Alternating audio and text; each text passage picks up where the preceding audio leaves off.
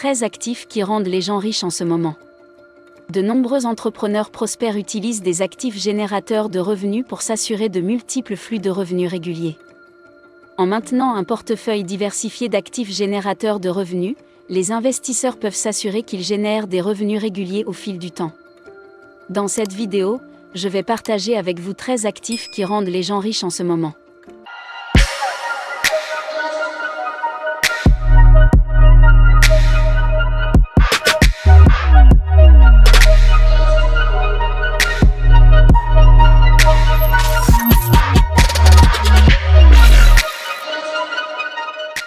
Les obligations.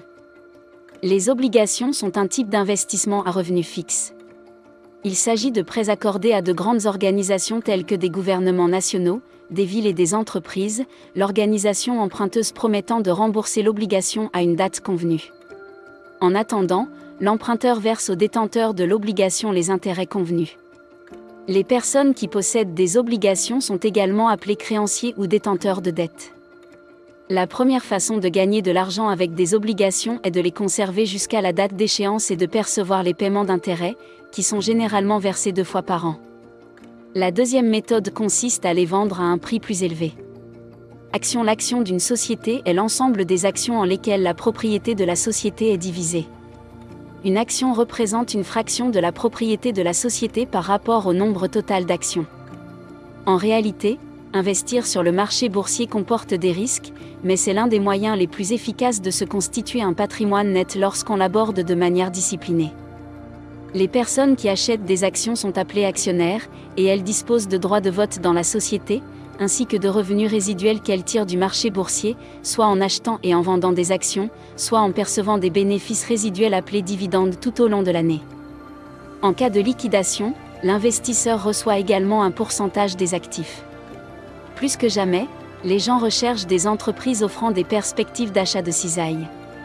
Contrairement aux actions, qui ne permettent d'acheter que des parts d'une société, les fonds communs de placement indiciels recueillent l'argent d'un groupe d'investisseurs et l'investissent dans une variété de titres, comme des actions et des obligations. L'investissement dans un fonds commun de placement est un type d'investissement sûr, car il vous permet d'avoir un portefeuille diversifié. Il existe différents types de fonds communs de placement, mais statistiquement, les fonds indiciels sont les meilleurs. Par exemple, le SAMP 500 est un fonds indiciel qui regroupe les 500 entreprises les plus performantes. Et lorsqu'une entreprise disparaît du top 500, elle est remplacée par une nouvelle entreprise très performante pour les brevets et les marques. Il s'agit d'une forme de protection accordée aux nouvelles inventions.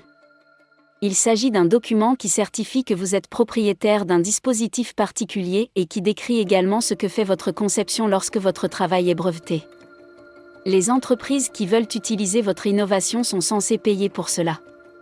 Les brevets constituent un actif puissant et précieux, car une seule licence peut vous rendre incroyablement riche. De même qu'un brevet est délivré pour protéger des inventions, les marques sont utilisées pour des symboles, des mots et des phrases.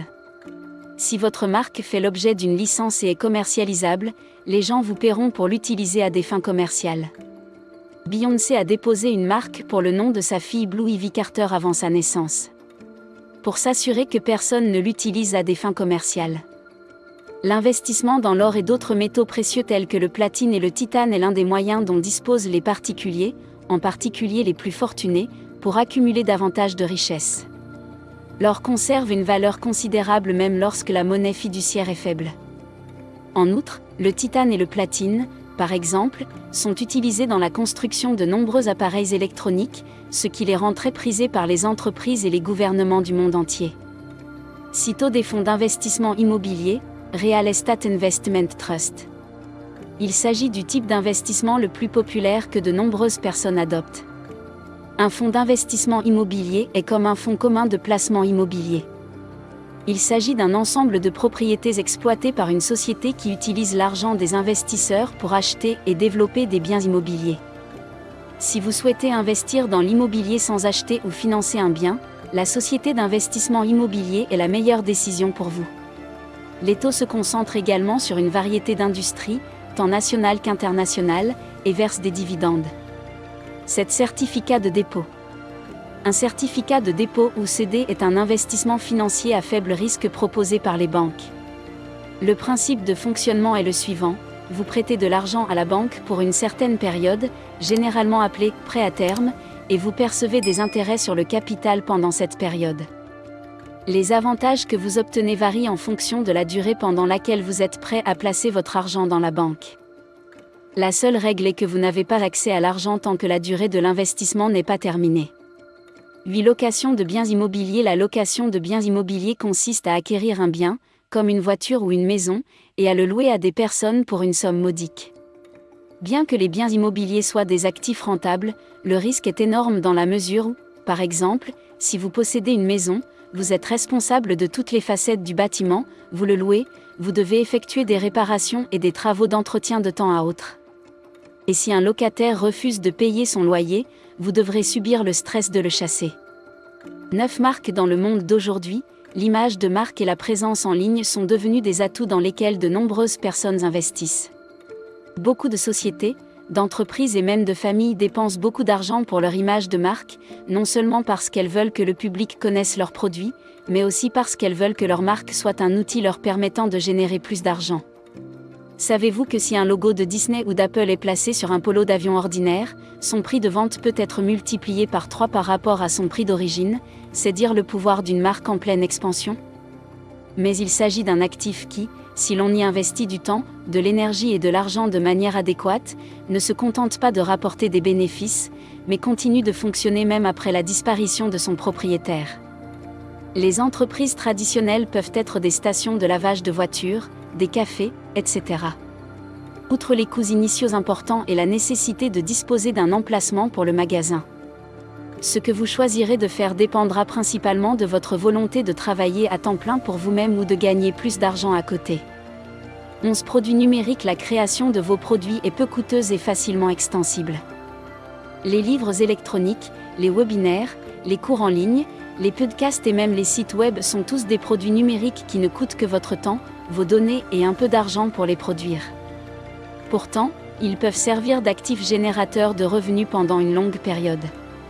Bien qu'il y ait beaucoup de travail potentiel au départ pour construire une audience, une fois que vous avez créé cette audience, elle peut devenir un actif générateur de revenus élevés. De nombreux produits créés en ligne peuvent devenir relativement passifs, ce qui signifie qu'à un certain moment, il n'y a pas besoin de beaucoup d'entretien pour continuer à générer un flux de revenus pour vous. Les recherches menées par Digital Assets Data montrent comment les performances des 10 premières crypto-monnaies en termes de capitalisation boursière se sont comportées par rapport à d'autres grandes classes d'actifs, telles que l'or, le pétrole et les actions.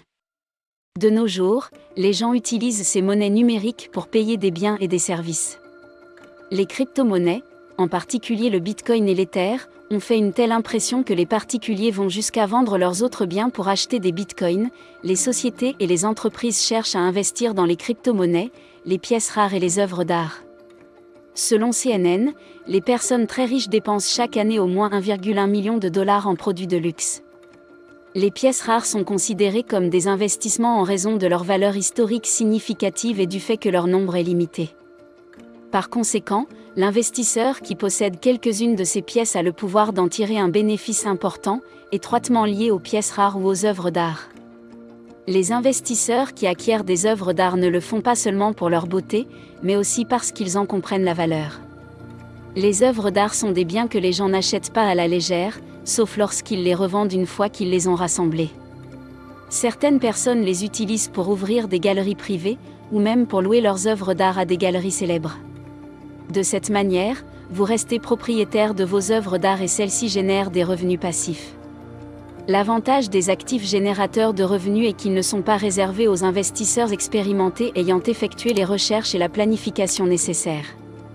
Tout le monde peut commencer à investir dès aujourd'hui.